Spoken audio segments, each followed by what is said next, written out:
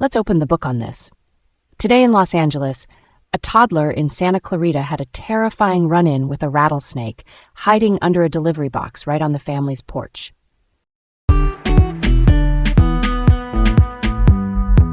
This is Garrett. And I'm Leah. Welcome to Laid Back Local, the news of the day with Leah and Garrett here in Los Angeles. All right, let's set the stage for this one. First up, a 3-year-old girl named Addie in Santa Clarita was bitten by a rattlesnake that was hiding under an Amazon package on July 13th. She was rushed to the hospital and needed multiple doses of antivenom, which is the medicine made from animal antibodies that neutralizes venom and helps stop tissue damage. That's so wild and so scary.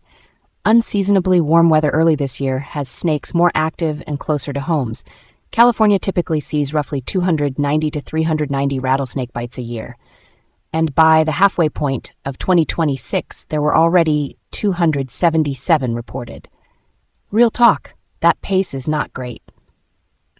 Here's where it gets really interesting. Antivenom works, but hospitals don't stock tons of it because it's expensive and has storage constraints, meaning it needs special handling and has a shelf life. In one recent Northern California case, a man in Butte County needed 54 vials. Yeah, that checks out as a massive draw on supplies. Why are snakes ending up under packages, though? I mean, I get the heat, but why the porch?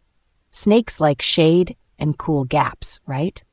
A box is basically a ready-made hideout. So, quick safety reminders, shake out shoes or bags left outside, take a slow look around porches and packages before reaching, and if you spot a rattler, call animal control rather than trying to move it yourself.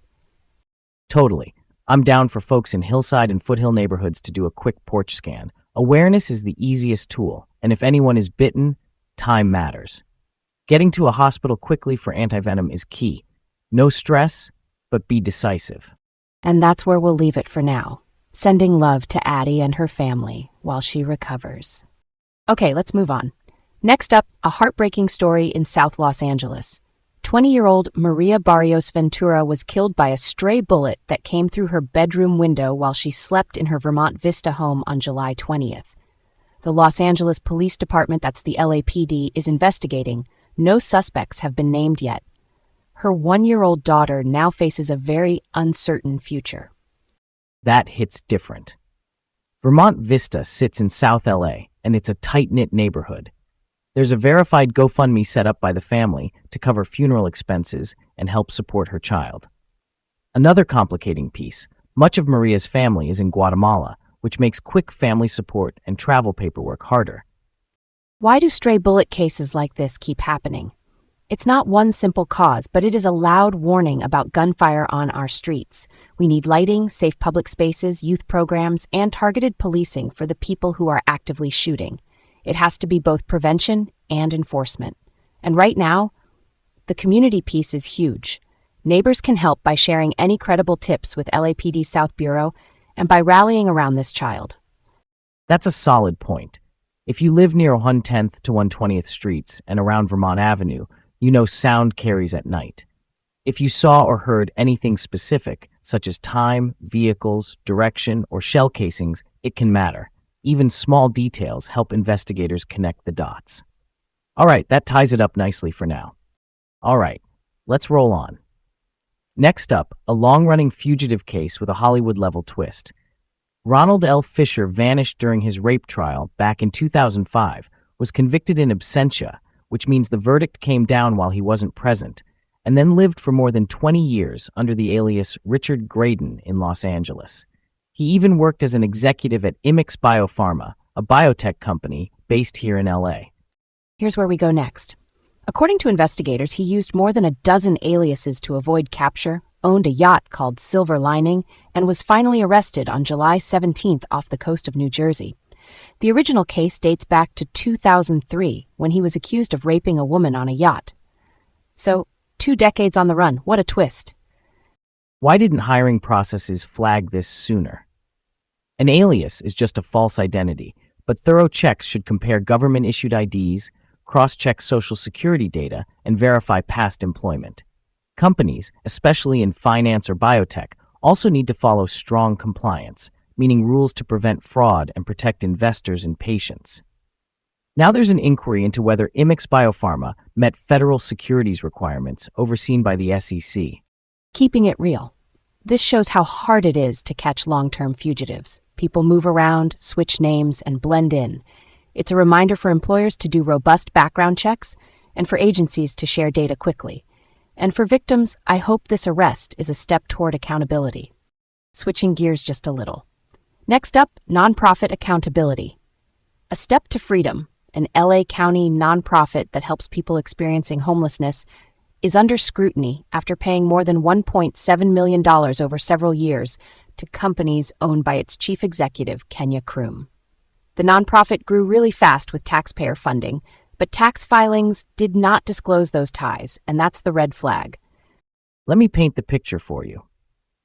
Back in 2018, the group brought in about $25,500 and sheltered around 20 men each year.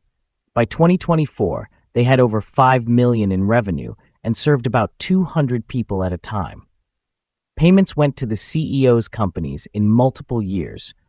Around $275,000 in 2023 to R&K Management, about $214,000 in 2024 to ASF Solutions, and nearly $1.3 million to ASF in 2025. Kroom says those contracts saved money compared with outside vendors. Why isn't that automatically illegal? Related party deals, meaning business with a leader's own company, can be allowed if they're disclosed properly, independently reviewed, and shown to be fair market value. The problem here is the lack of disclosure, plus questions over cost and quality. That's why experts say there's a conflict of interest, which is when personal benefit could influence professional decisions. That's worth exploring. No charges have been filed, but the takeaway is clear.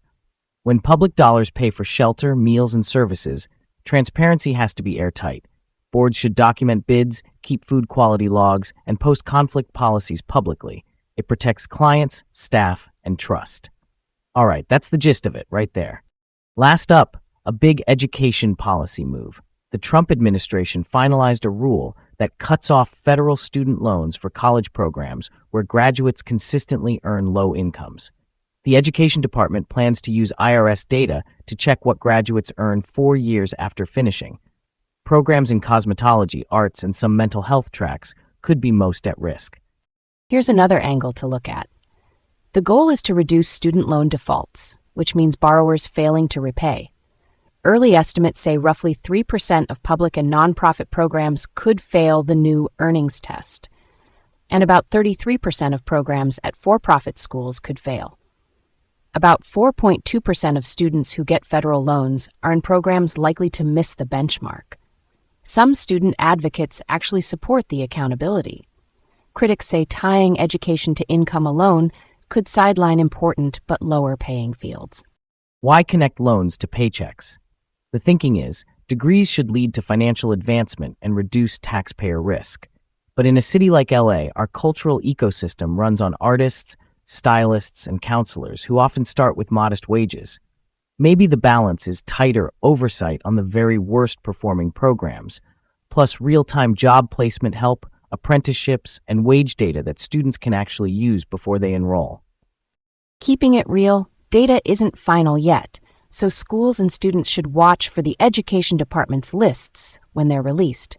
Accountability matters. So does access to the careers that make this city run. And that's the takeaway for this one. So there we have it, folks. Thanks for tuning in to Laid Back Local, the news of the day, with Leah and Garrett here in Los Angeles. Stay informed and join us again tomorrow for more local news. Have a great day.